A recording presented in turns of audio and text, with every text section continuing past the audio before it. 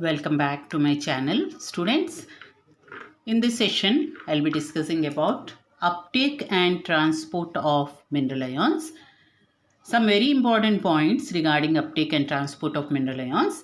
And towards the end of the session, I'll be discussing the objective type of questions important for NEET. So you have to watch my video up to the end so that you will get the maximum benefit of knowing even the objective questions towards the end. So let us get into the topic.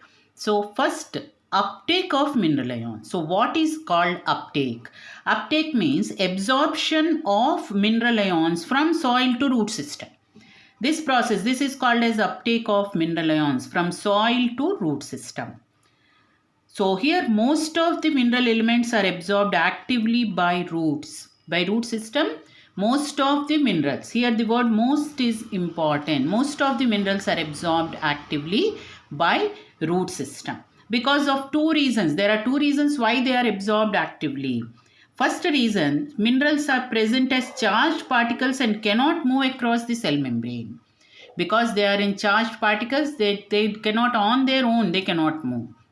So they require some energy. So that's why they are move actively. That is one reason. Second reason, concentration of minerals in the soil is normally lower than concentration of minerals in the root system. So in the root system, concentration of mineral ions will be more. It has to be maintained more. Whereas in the soil, the concentration of mineral ions is low. So a gradient is established between the root system and the soil. So because of this reason, the mineral ions, most of the mineral ions, they move actively. Therefore, we can say most mineral ions enter into the roots actively by utilizing ATP. They utilize ATP. So that is what is we know it is an active transport. This active uptake is responsible for water potential gradient in root, and water is absorbed by osmosis. So because of this active movement of ions, the concentration of ions in root cells is increasing gradually. So when concentration of ions in the root cells is increasing, then a water potential gradient is established. That means the soil water has a lower concentration and that of the root cells will have a higher concentration. So by osmosis, so which type of osmosis we can say? It is endosmosis, because water is entering from soil to root system. So by endosmosis, water is entering. So osmosis is taking place. Some ions also enter passively. They enter epidermal cells also by passive method. So thus ions can enter either they may be absorbed passively or actively. So both the ways they can be absorbed into the root system. So in the uptake, what do we understand in the uptake of mineral ions?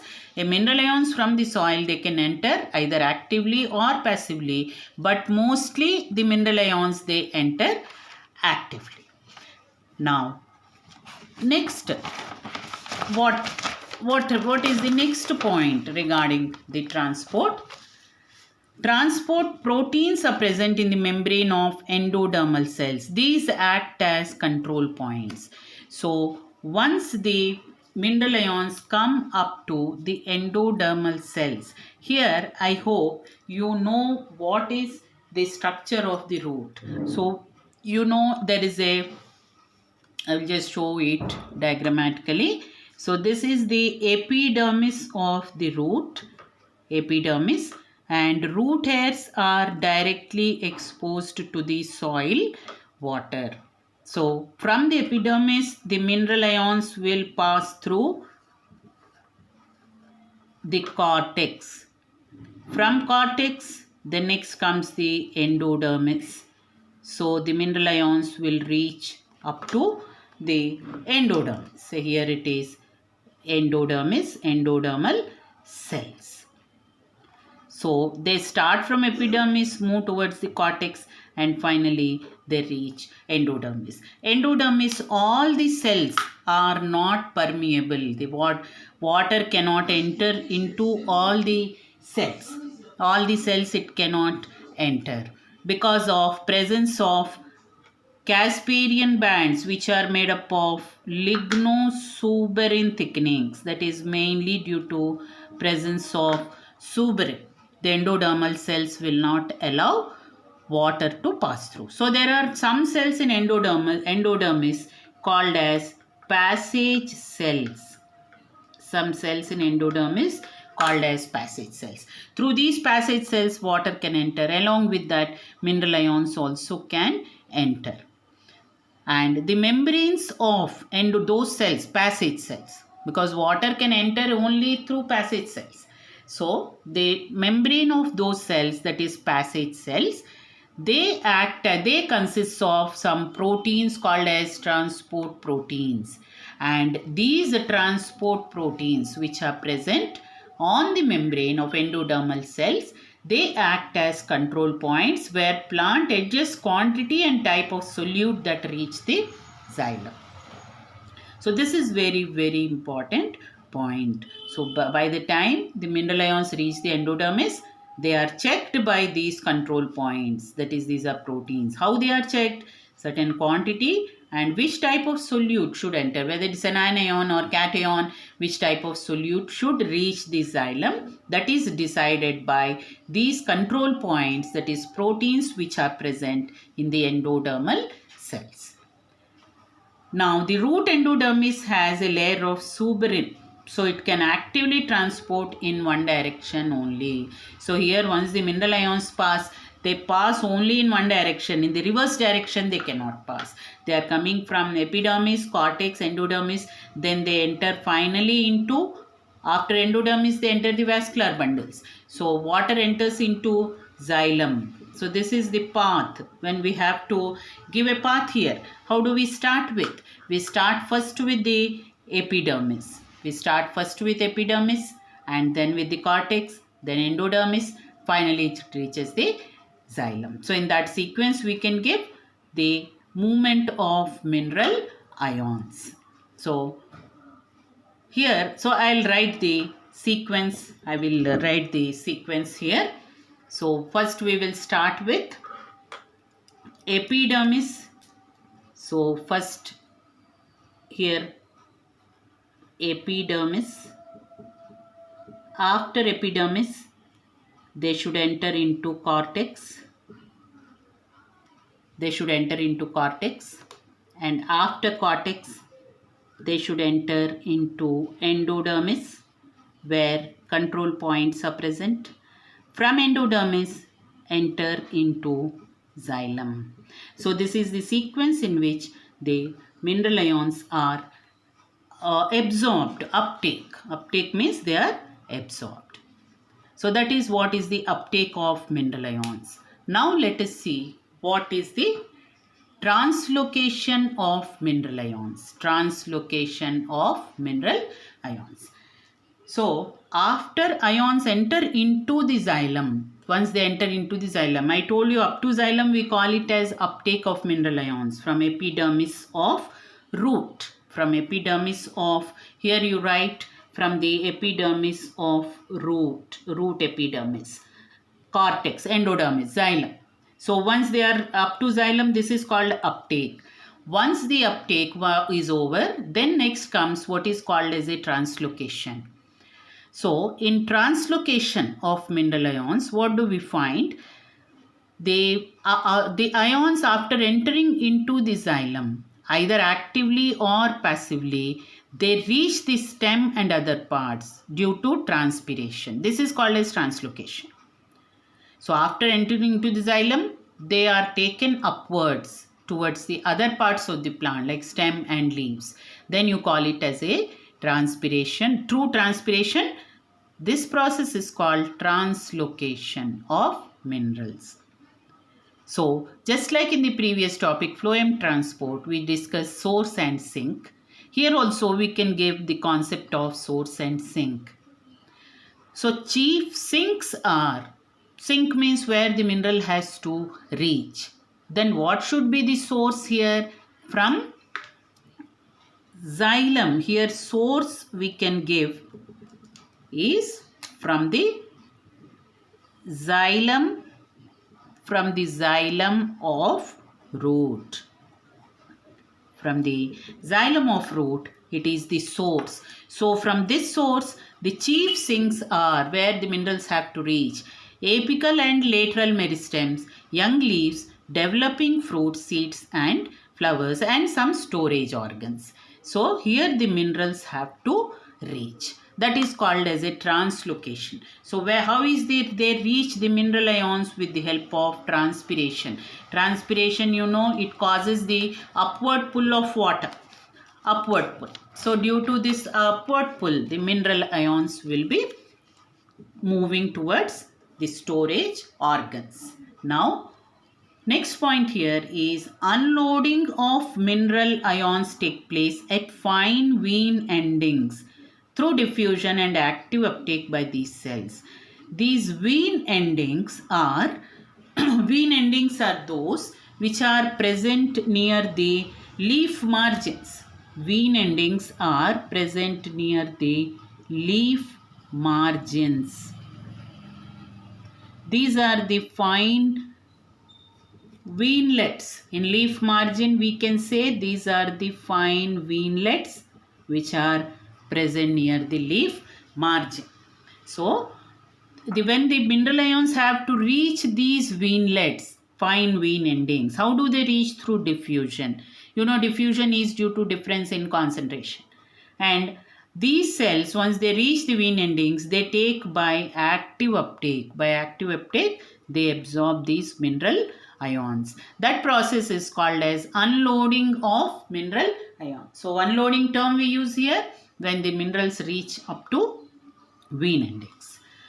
Now, next, the mineral ions are frequently remobilized. So, once the mineral ions reach the sinks, they do not remain at the sink only. Depending upon the conditions, they are remobilized. They move to other parts also.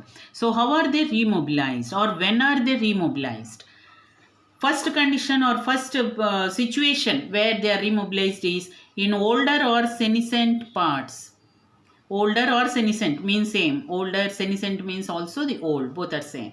So, from older or senescent parts to younger leaves. They move towards the younger leaves from the older or senescent parts. And before the leaf fall in deciduous parts. Deciduous plants are those where leaf fall takes place seasonally. So, before the leaf fall in deciduous parts of the plants, minerals are removed to other parts. They may reach the other parts where, suppose leaf fall is taking place. From leaf, they may move to the other parts, mainly in deciduous trees. Now, the elements which are most readily mobilized, they are nitrogen, potassium, phosphorus. These three are called mobile elements. Which are not mobilized are calcium and sulfur. This you have to make correction. In the textbook, sulfur is given as mobile element, but sulfur and calcium both are not mobile. Because why they are not mobile? Because these are the structural elements. They form the structure. So, calcium is present in the cell wall. Sulfur is form the structural component of protein. So, where is calcium present? It is present in the cell wall. And sulfur is present in proteins. Proteins form the structural component of cell membranes. So, because they are present in structure, these are not mobilized. Now, next point here is analysis of xylem sap shows that though some nitrogen is transported as inorganic form, but much of nitrogen, this much word is important here, much of it is carried in organic form as amino acids. So, in organic form, how is nitrogen carried? Through xylem. That is, through xylem, it is in the form of amino acid. Then small amount of phosphorus and sulfur are also transported as organic form. Phosphorus and sulfur are inorganic, so they may be transported as organic form. Like phosphorus and sulfur. So, for say sulfur is present in proteins, like hormones, they get transported. Hormones are proteins. Similarly, phosphorus also is present. So, it can be transported as in organic form. Small amount of materials also are exchanged between xylem and phloem. It is also observed that there is some exchange taking place between xylem and phloem. So, therefore, it cannot be categorically said that xylem transports only inorganic and phloem transports only organic. So, this is again a very important statement. We cannot say that xylem, though by tradition, by convention, we say that xylem helps in transport of inorganic elements and phloem organic. But if we observe that this particular feature, that there is a small amount of materials exchanged between the two, xylem and phloem, we cannot say that xylem transports only inorganic, because there are some organic forms also xylem will transport. So this you will get as a statement. Towards the end, I'll be discussing what are all the important questions. So next point here, next topic, I'll be discussing about what are all the important questions we can expect from this particular topic. Statement type of questions. Here mainly frequently asked will be statement type of questions for NEET. So first one, the most of the minerals are absorbed actively. So here the word most and active is important. So here you may get either true or false statement identifying correct and incorrect statement. So what you have to remember, most of the minerals are absorbed actively. Next question, the control points are. So what are the control points? Or suppose just the word control point is given. How do you understand? What are the control points? These are the membrane proteins present in endodermis. Membrane protein present in endodermis. These are called as control points which help in transport of mineral ions. Next question, endodermal cells help in transport of ions in how many directions? It is only in one direction, and by active transport, actively they help in transport. Next question, why most of the minerals are absorbed actively? In the beginning of the topic we discussed why most of the minerals are absorbed actively. Because they are present as charged particles is one, and concentration of minerals in the soil is always low. Because of this reason, most of the minerals are absorbed actively. Chief sinks are, so meristems, young leaves, all the examples are given. Young leaves developing flowers, fruit, seeds, storage organs. These are all called as a chief sinks. Next question you can expect is unloading of mineral ions occurs at. So what is the blank here you have to fill? They occur at vein endings. They occur at vein endings. And how are they transported? How is unloading done? Through diffusion. It is through diffusion and active transport. Diffusion and active transport. Next one,